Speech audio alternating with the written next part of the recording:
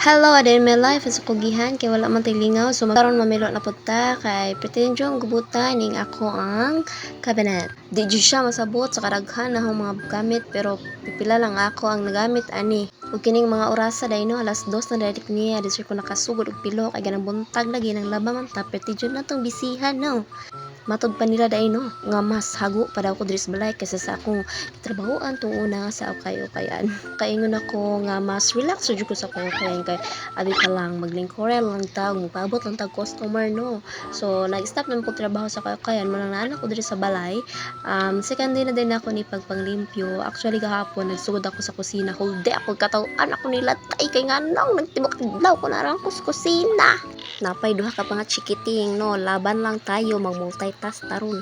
Abi pa lang ang gamit namo sa sala. Tuwa tanan sa kusina, ang divider, ang butangan og sapatos, TV ug salasit na lang complete sentence na. Kani ang gibati karon no, di kayo lalim kay nito karang akong allergy. Ug mo ni siya ang nahumana pagpilo ug mo sab na akong ipanghatag na mga baro. Wa ni promotion pero abi pa lang laban. Para yun ta sa pagpili kay di na mapas og pilo, mao na mamili-pili lang ta para sa tong ihatag. Ug karon mag-advertise sa ta. Aroy, gituwaan naman sa ninyo yung bugkot. Di ka nakapalitan ng bugkot karon. Lagot nimo. Sumabawat. Ano yung mga bugkot na, Peng? Ug mo rito na isa sa igsuon sa diyang mga babies.